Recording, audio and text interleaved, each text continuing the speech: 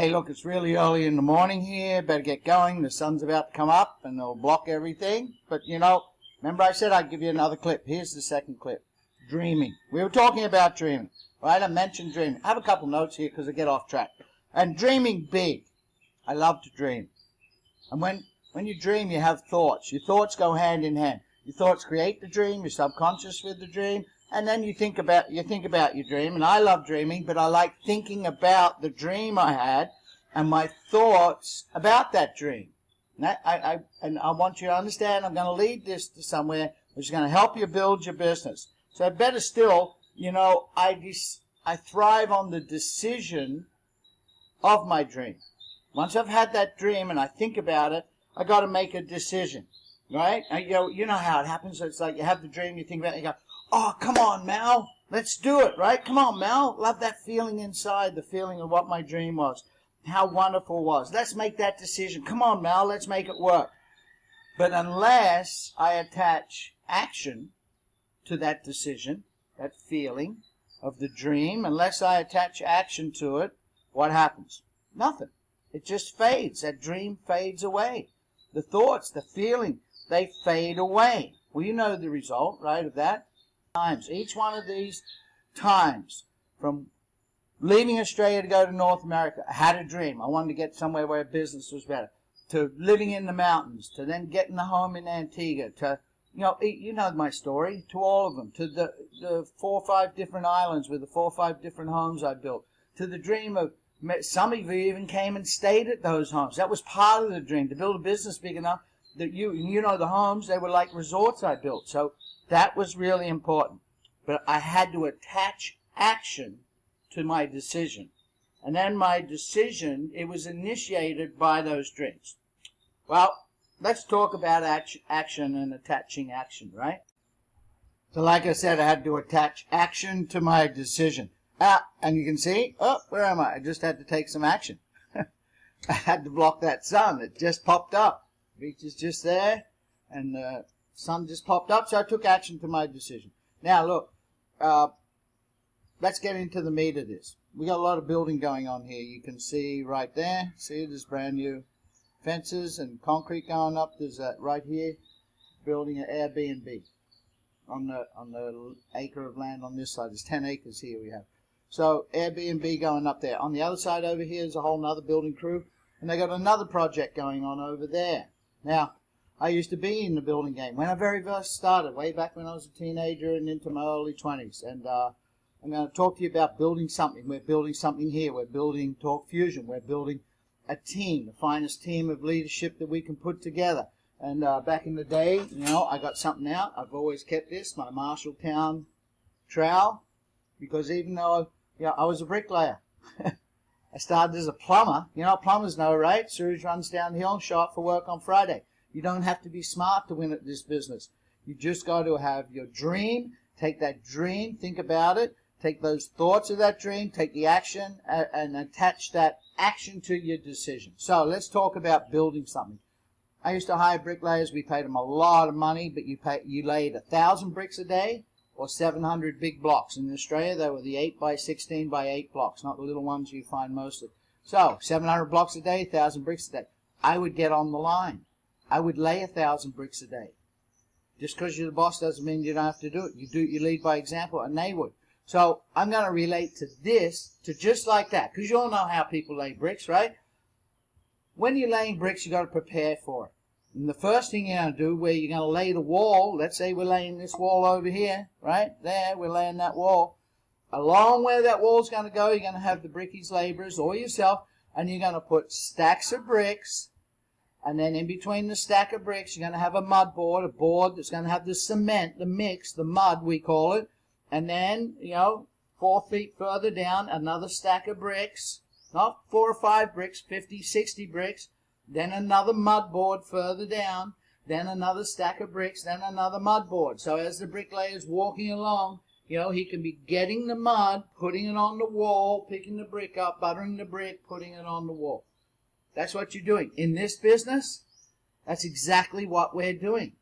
That mud, that would be you and what you've got and the dreams you're building, because the mud is what sticks it together, right? And when you're laying bricks, you're going to bend down, you're going to cut that mud, put it on your trowel, you're going to place it along the wall, spread that mud out along the wall, turn around, pick that brick up, butter the side of the brick, put the brick on the wall, tap that brick down, eye the brick, scrape the side of the mud off, clean it up, throw that back on the board, turn around, get more mud, lay it along the line, pick up your brick, butter your brick, take it, line it up, tap it down, put it on that wall, clean the side, throw it on the mud.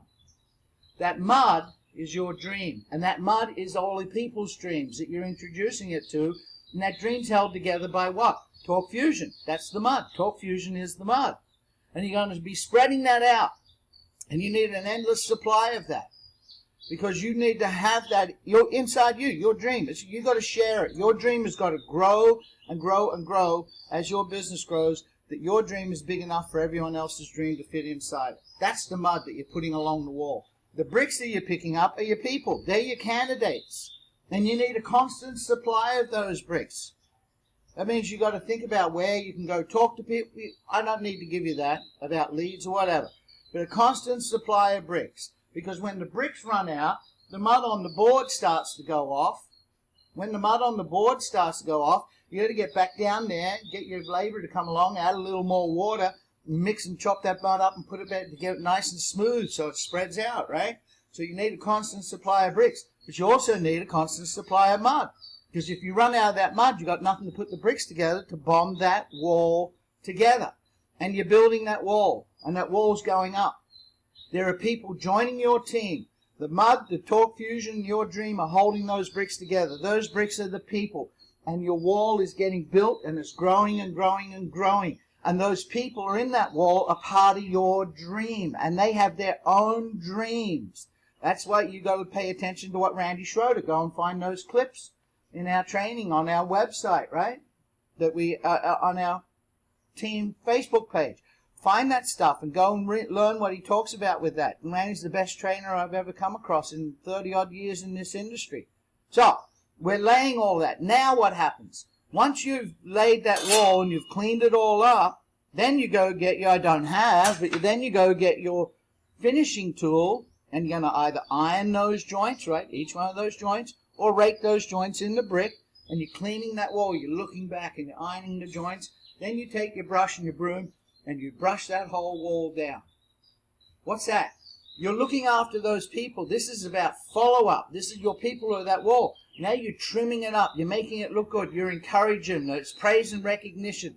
They're getting to grow. You're helping them with their growth. You're praising them for what they did. You're showing them what that your praise and recognition. Tell them what you want to tell them. Praise and recognition.